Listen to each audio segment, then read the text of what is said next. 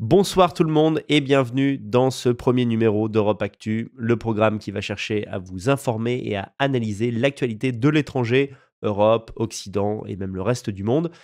Il pourrait peut-être paraître curieux que je commence par vous parler de l'Argentine, puisque l'Argentine n'est pas en Europe, alors que le programme s'appelle Europe Actu, mais priorité justement à l'actualité. Le président argentin Milei fait beaucoup parler de lui, donc j'avais envie de lui consacrer une vidéo. Les choses bougent alors il vient de commencer son mandat. Et puis au fond, vous le savez, vous connaissez ma ligne, l'Argentine n'est rien d'autre qu'une autre Europe, justement. C'est tout simplement une autre partie de nous-mêmes. C'est comme ça que je le vois et c'est comme ça que j'aimerais vous faire ressentir voilà, l'actualité des pays blancs hors de l'Europe, que ce soit en Amérique du Sud, en Amérique du Nord, en Australie et partout ailleurs dans le monde. Petit générique et on revient tout de suite.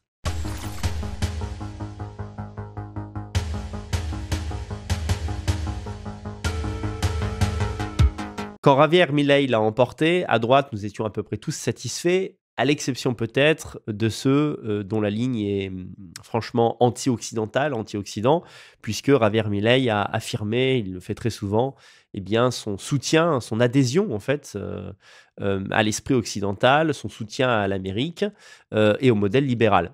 Mais quand même, c'était une satisfaction de voir Milei battre la gauche en Argentine, dans un pays qui a été vraiment rongé par une des gauches les plus crasseuses qui soit. Toutefois, et maintenant on peut le dire, maintenant qu'il a été élu, je faisais partie de ceux qui étaient un petit peu inquiets de la personnalité de Javier Milei. Je me demandais parfois s'il n'était pas fou. Alors, on connaît ses frasques célèbres, on l'a vu insulter la gauche. Bon, c'est pas forcément pour nous déplaire, mais on se disait pendant la campagne, est-ce que ça va pas lui coûter justement ce poste de président? Est-ce qu'un futur président peut parler comme ça? Bah, visiblement, ça ne gêne pas les Argentins. Je pense qu'en France, ce serait très disqualifiant, mais en Argentine, les gens peut-être en avaient marre au point de vouloir entendre ce type de discours. Il y a aussi voilà, des vidéos, des photos célèbres de Milei. Il y en a une où on le voit avec une tronçonneuse. Alors évidemment, c'était une mise en scène.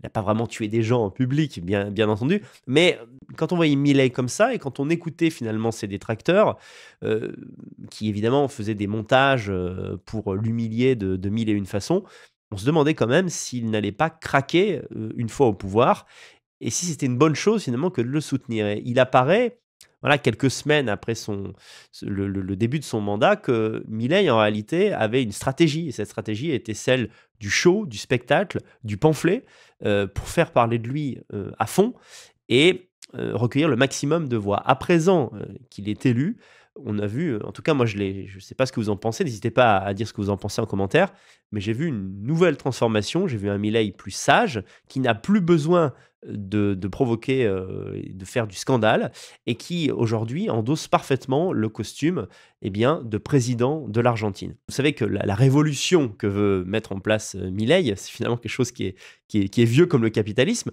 Il veut que l'Argentine adhère à nouveau à l'idéologie capitaliste, reprenne en main son destin économique et sorte définitivement du socialisme. Il avait des tas de mesures prévues en ce sens, et l'une d'elles concernait le marché de l'immobilier. Alors on va lire l'article ensemble, et vous allez voir que je sais que certains d'entre vous pensent que la politique est un milieu d'hommes corrompus, exclusivement corrompus, et que rien ne peut sortir de cela. Il apparaît que le monde d'aujourd'hui nous montre le contraire en réalité. Quand telle ou telle politique est au pouvoir, les choses peuvent changer radicalement. Alors parfois certains essayent des choses et ça ne fonctionne pas parce qu'ils ont des forces d'opposition qui sont trop importantes et qui les dominent, mais il y a des tentatives, il y a des vrais, les opinions existent, les croyances, les convictions politiques existent, et quand on a un président de droite libertarienne qui arrive, qui est élu, on voit qu'il essaye de changer le jeu complètement. Donc regardez, on va lire ça ensemble, c'est assez incroyable, pourvu que ça dure.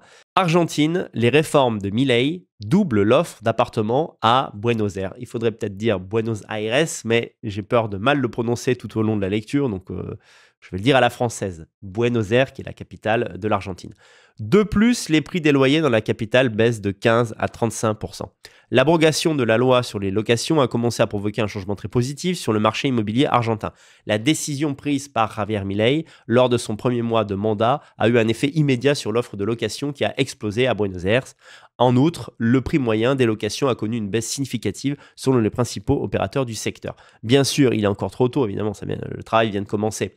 Pour que la suppression de la loi sur les locations produise tous les résultats attendus par le nouveau gouvernement, dirigé par le libertaire Javier Milei, je préfère le mot libertarien, mais la Chambre immobilière argentine, CIA, c'est marrant, a souhaité présenter les résultats préliminaires déjà observés sur le marché de Buenos Aires, donc, qui est la capitale du pays.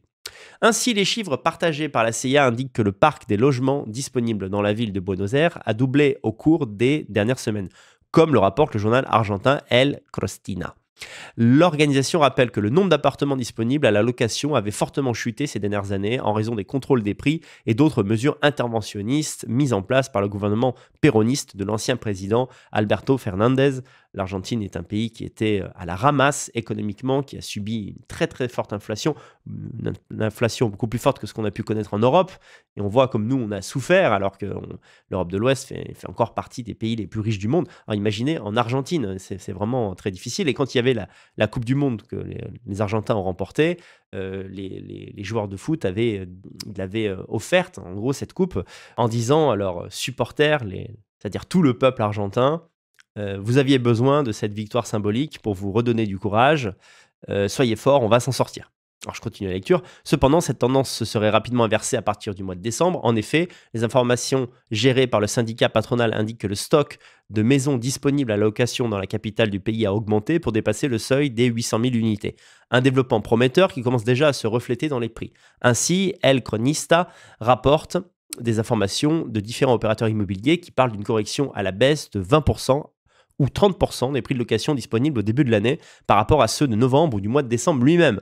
Si les données sont ajustées pour estimer la moyenne de novembre-décembre et la comparer aux données de janvier, la baisse se situe aux alentours de 15%, ce qui est loin d'être anodin. De même, les informations partagées par El Cronista indiquent que les contrats qui prévoient un paiement annuel anticipé d'un an sont négociés avec une réduction encore plus importante située autour de 35%. Je continue un peu plus loin.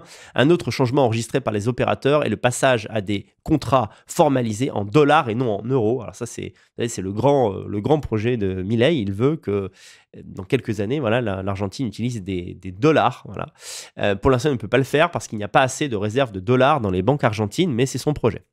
Étant donné que le nouveau taux de change annoncé par la Banque centrale ferme l'écart artificiel qui avait été maintenu pendant des années lorsqu'il s'agissait de fixer un prix à un peso qui en pratique avait une valeur relative à la monnaie américaine beaucoup plus basse que ce que les chiffres officiels voulaient transmettre.